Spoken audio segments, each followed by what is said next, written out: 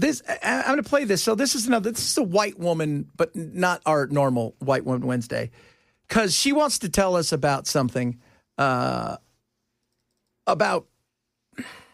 terrorism in a certain way. And the whole time she's trying to make her pitch about terrorism, pointing towards Charlie Kirk and the likes, never once clicking in her mind, Charlie's the one who got shot. Stochastic terrorism. If people are telling you Charlie Kirk never hurt anyone, the word you're looking for is stochastic terrorism. Stochastic terrorism is when public figures use mass communication to incite violence against specific groups while maintaining plausible deniability. You demonize and dehumanize a group of people. You paint them as an existential threat. You use inflammatory, violent language. Then when someone acts on that rhetoric with actual violence, you get to step back and say, I never told anyone to do that. It's terrorism by statistical probability. You're not directing specific people to commit specific acts. You're just broadcasting hatred to millions, knowing statistically someone's going to act on it. And it works. Misogyny is on the rise along with calls to remove women's rights. This correlates with rises in domestic violence and harassment. Studies show anti-LGBTQ rhetoric directly correlates to increased violence against queer people. So are you guys getting this statistic? The way that they're coming at this is, if you say stuff and rhetoric, there's so many people out there listening. Well, who's the ones always calling Trump an existential threat? Well, here's the thing. First of all, who got shot? Charlie. Okay. Who got shot today? Well, they shot at, we're not quite sure, but the two migrants, two illegal immigrants got shot. They're dead, or one's dead. The other is in the hospital. I'm not quite sure. It's still confusing. The gunman's dead. But why is that? Because the rhetoric is, on the left, Nazis, reprehensible, deplorables, fascist. Those things seem to be left out of stuff because somebody says, I believe that marriage is between a man and a woman. I believe that you can't have a schwanz and be a woman.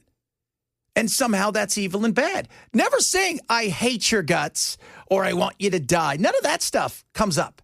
No, having a differing of opinion. And she leaves out the entire time. Oh, yeah, he's the guy that got shot and killed. When you have a platform with millions of followers and you consistently tell them that certain groups of people are an abomination or threats to children in society, some percentage of those followers will take action. The insidious part is when violence happened, Kirk got to step back and say, I didn't hurt anyone. But that's not how stochastic terrorism works. You don't need to give explicit instructions when you spent years painting a target on people's backs.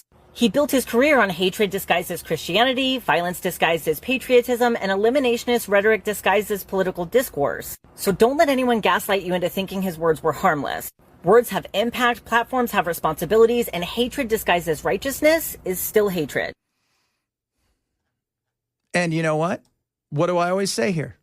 They walk around on their moral high ground full of hate, but thinking their hate is righteous and good. James Carville, what do you think? There are too many preachy females in Democratic campaign culture, all right? And we come across to people as judgmental. You think? Yeah. That attitude right there, what you hear, you know what that is? That's a repellent. That's a dude repellent.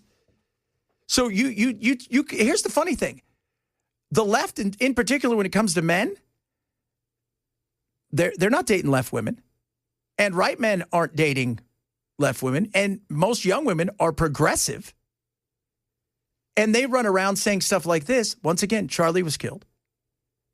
Shots fired last week in Sacramento by a left loony. Right? Today in Dallas by a wackadoo. We can go on and on. I'm not saying the right is guilt-free because you're not. But the left acts as, again, that moral high ground that they get on where they believe, hey, we have it going on. You don't get it. My hatred is pure and nice and kind. And I'm allowed to because my feelings on this thing allow me to hate you. And that is no way to live your life. No way at all. And that's what we have in this country. And that's why we have the Tyler Robinsons and this Joshua, what's his name? Jan? Is that what's I'm going to do it John because it's Gahn. Yeah. So that's why we have these loser men who are pissed at the world going down into the rabbit holes of insanity. Right? And addicted to porn and angry at the world and wants to take it out on everybody else. This guy today was, I guess, pissed at ICE and decided he was going to get back at ICE by killing the person or a person that they thought they were coming to help. And then turning the gun on himself. And somehow that's... Where did he get that? Did he get that? He wake up today and go, you know what? I'm mad at these immigrants, and I'm going to go kill them. No, he didn't do that. He woke up today, like he has for God knows how long, pissed at the Trump administration, Fox News, talk radio, the New York Post, mom and dad, whatever, because they're all Nazis. All of them are Nazis.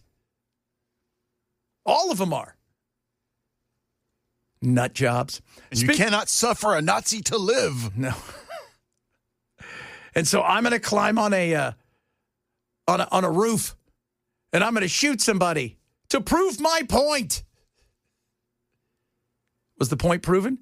What did I find out? My buddy who's got the information on this guy as far as has he been in trouble with anything else, he said 2 minor issues on his record. One was felony marijuana possession. That was it. One was a traffic citation. Outside of that, nothing new.